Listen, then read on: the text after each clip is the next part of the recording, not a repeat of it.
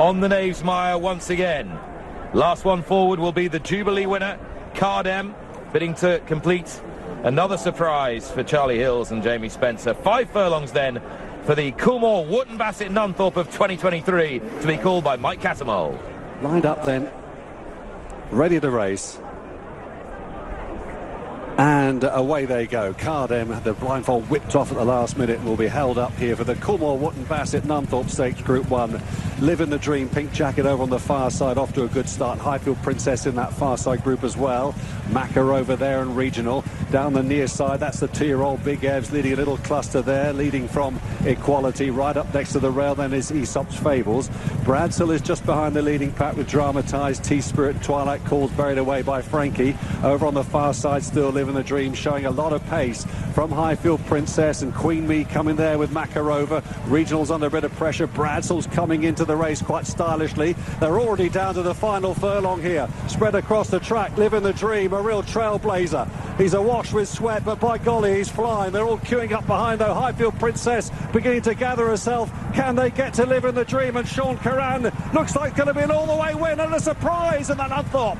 Live in the Dream wins it from Highfield Princess. Bradsell tight there with Makarova and Regional for the minor placings. Cardem on their heels, never nearer. Oh, a massive turn-up in the Nunthorpe. Live in the Dream has provided Epsom trainer Adam West and rider Sean Curran with their biggest day by far.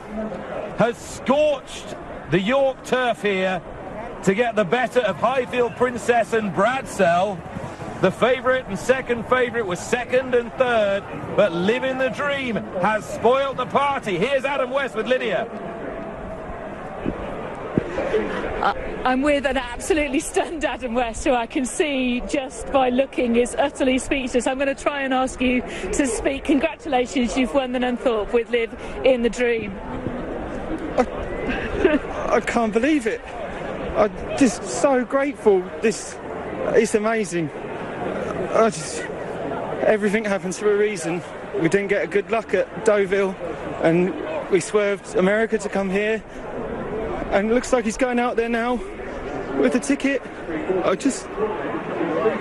What a fantastic ride as well, and wow.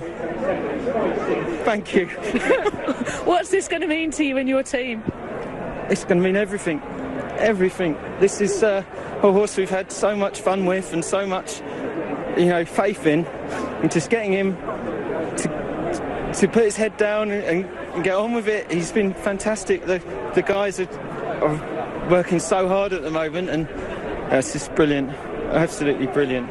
How many horses do you have? Tell everybody at home. We're 46. Yeah, sit around 50. I know all of them, and that's important. And this has been with us from yearling. He's been, what a journey. And the rain came at the wrong time just before the Palace House, because he was doing a very similar thing. So you must have thought, a slick racecourse, slick conditions, I've got a chance here. Did you dare to dream? I never thought it was possible to win it. I never thought it was possible to win it. We were just so happy for 6 places. We were laughing and joking about, the place betting and how skinny it was. And lo and behold, it should have been the win. Mark. Tell me you had something on the win as well. I had nothing. This is... Oh my God. I suppose you don't really care, though. No. Steve and Jolene have been great. Lils, who looks after him, she's been with him from the beginning. Everything. This is just, money does not matter. That is amazing. I've had a Group 1 winner. I can't believe it. And now you're going to the Breeders' Cup? I think so. Why not? Definitely. Because he's got gate speed, and you think he can threaten the American horses on gate speed. I think he's £10 better on a turning track. That's a big statement, but I do. I think he gets that position, and then he can get a breather. On these straight courses, he doesn't get a breather, but he's just nicked enough today. Oh, amazing. And so did you choose to come here instead of the Del Mar Group 3 that you were talking about? Yes, basically the costings. We're not wealthy. We're not a big yard. Or Steve and Jolene are great owners, but they're not the high tiers, and it was just too expensive to go out there. And the entry was in. So just move you out of the way of. Adam just receiving the congratulations from Jason Hart, who is on board Highfield Princess. But as it turns out, as you say, everything happens for a reason, and you've ended up in the right place at the right time. That's it. Yeah. Thank you. I'm going to let you go and enjoy it, Adam. And at one point today, it's going to sink in. Maybe next week. Congratulations, Adam. Thank you, everyone. Adam West is a Group 1 winning trainer. Group 1s for Epsom are few and far between nowadays. That is a huge result for the town, a massive result for him and for Stephen Jolene de Lemos, whose claim to fame, if you like, thus far this season was when their other horse was left in the gates before the dash at Epsom and all the controversy that surrounded that. That's where you've seen Steve at his most prominent in 2023. You might hear from him again in a few moments' time, and they are off to Santa Anita for the Breeders' Cup Turf Sprint. And as Lydia pointed out there, if he is in this sort of form, he'll have a shot against Carabel and co there, because, Amy, he's just won this with brazen pace. He's just burned them all off. He is absolutely rapid, and from stall 4, I think that's shown us that it doesn't matter where you are on the track. He is so fast, all speed, back on quicker ground here today, and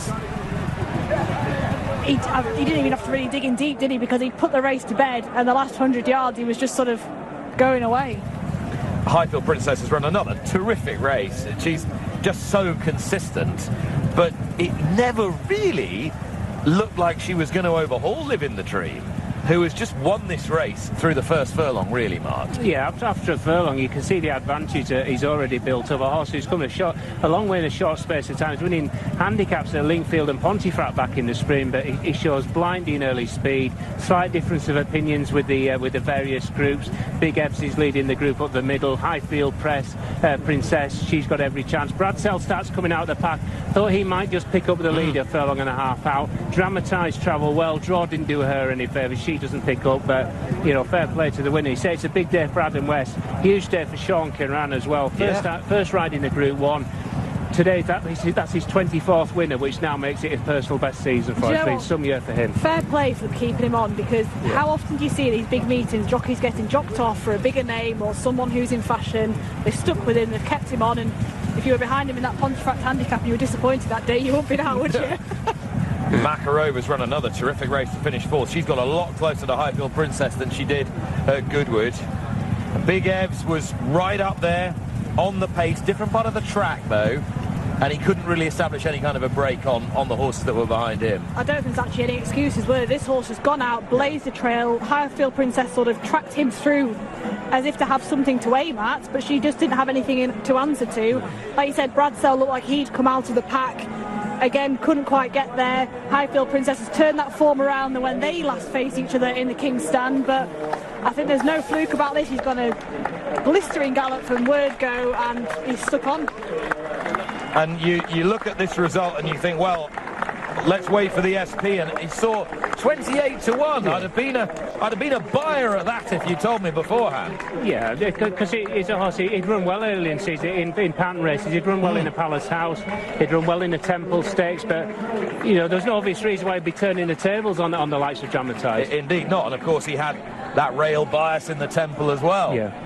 No such bias today. He's absolutely blitzed them in the Coolmore Wootton Bassett Nunthorpe Stakes. Living the dream for Stephen Jolene de Lemos, Adam West and Sean Kiran.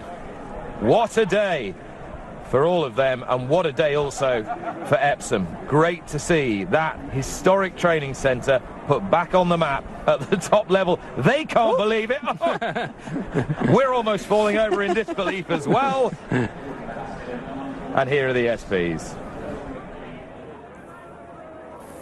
It's a story that not many would have predicted, but it's one hell of a story. And they're congratulating the winning jockeys, Steve de Lemos, I think, who would have been, well, he's a huge member of the